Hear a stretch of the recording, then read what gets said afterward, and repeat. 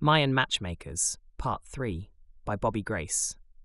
Jesus, just when a guy thinks it's safe to get back in the water. I was sitting around the champa. It was a beautiful day in the Cayo.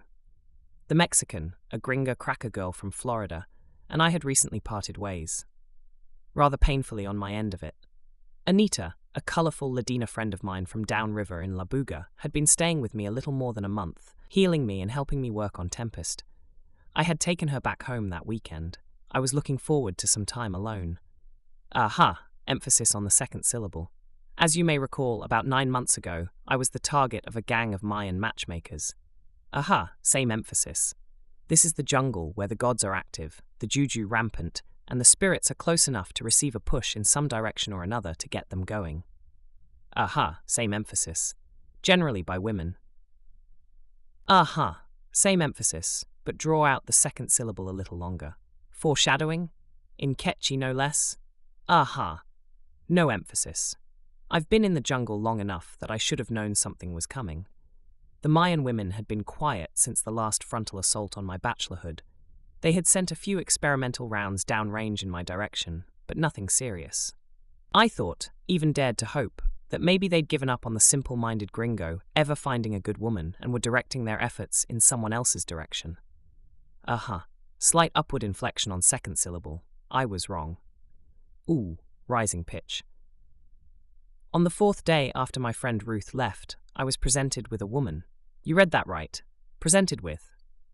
Apparently the Aldea matchmakers had not been idle.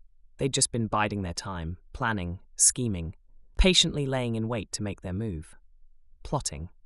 Maybe even cahooting. I'd been staying in the champa behind Texas Mike's cantina to work on the refit of Tempest. Tempest is my sailboat, a ketch-rigged 40-year-old CSY 44 pilot house.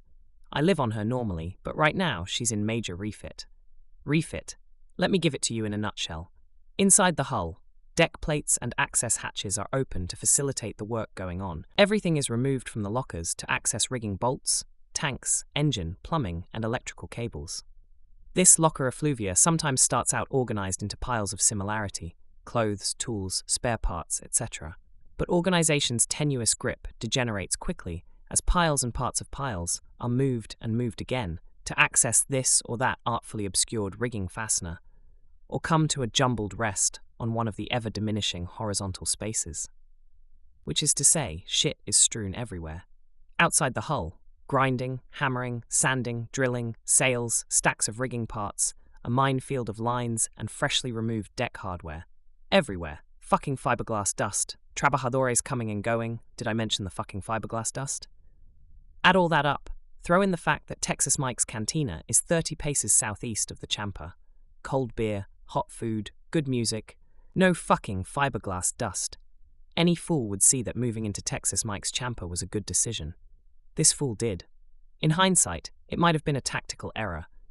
Unbeknownst to this fool, some local women had conspired between aldeas for one of their sisters to be brought upriver via lancha from a neighbouring Quechua aldea to Mike's place here in Los Duartes and dropped off.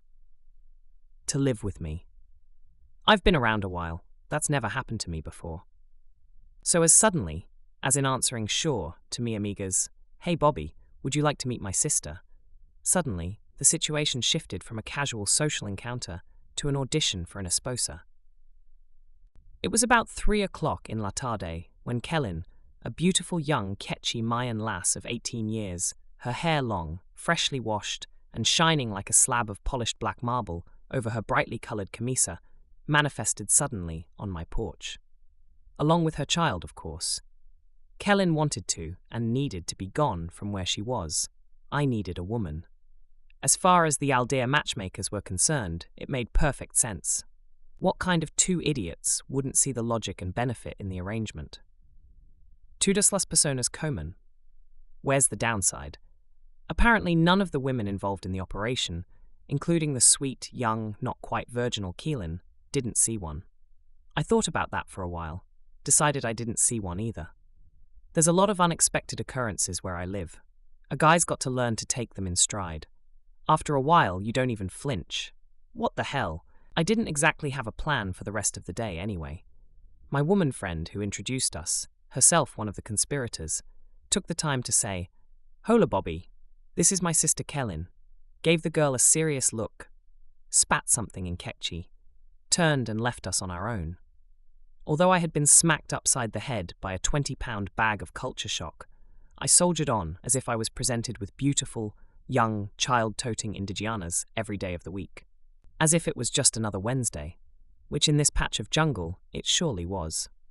We seemed to do all right, she and I cobbling together conversation pretty well, considering we were from different worlds. We had just met for the first time, and we were working in Spanish, a second language for both of us. Google Translate helped. Kellyn and me, I mean. The boy only understood Kekchi. He wasn't much help, partly because he had no working vocabulary outside of Kekchi, but mostly because he was only 2 years old. I grunted a few times in greeting at the kid. Flashed a couple of Kekchi gestures that I'd picked up while living here. I ran out of Kekchi gestures, so I threw a couple of gang signs that I'd picked up from the county jail the last time I was back in the States. I was only the third or fourth gringo either of them had ever met. Kellyn seemed to handle that okay. The boy just stared with his mouth hanging open. I thought about employing my Kekchi vocabulary, took inventory. It was meager. Thank you. Come here. Hot weather. And one female body part that the boy was way too young to be interested in was all I could manage to come up with, so I left it alone. Later, I remembered how to say some numbers that a 9-year-old vendorita taught me in a cantina upriver from here. Decided to save them for another time. I didn't want the kid to think I was showing off. The afternoon rolled on toward dusk, assisted by a background shuffle of Mana, Marco Antonio Solis, Grupo Extra, and Oscar Cortez. I was employing the be cool and don't fuck up strategy. Be cool. Don't fuck up. 2 simple rules for any situation.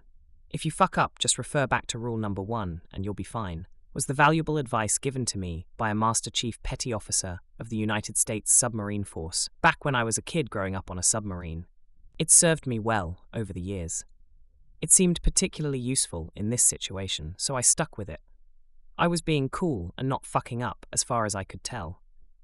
Kellyn must have served with the Master Chief somewhere along the line, too, because she was being cool and not fucking up either.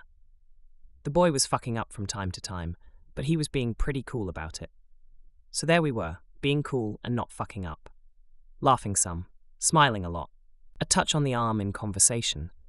The hand of one rested over the hand of the other. A quiet jungle mating dance. Primal. The way men and women learned of each other before language took hold and buried the exchange with too much noise. It may have been no accident that the women pulled this off just after the full moon when Kellyn was at her most fertile. Pheromones. Take it from me, they're real. Nature's wonderful little joker cards. Their effect is visible, their power compounded here in the jungle. I probed for a few critical details. Can you cook? To which every woman answers yes, but I still feel compelled to ask. It's a crapshoot. A guy takes what he gets, and sometimes gets lucky. Either way, I don't bitch when somebody is cooking for me. I tried to explain my intent to move back on Tempest after refit. Then tried to explain refit. Made her understand that I was broke, but that I had the strength of 10 men because my heart was pure. Okay. I really didn't use the pure of heart line, but it's hard to put broke in a good light.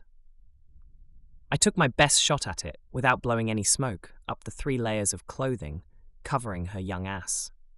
Later, I took her over to Mike's restaurant for dinner, showing that I was rich enough to feed her and that I was proud for the Aldea, Los Gentes, to see us together. She ordered a small hamburger and split it with her son to show they didn't eat much.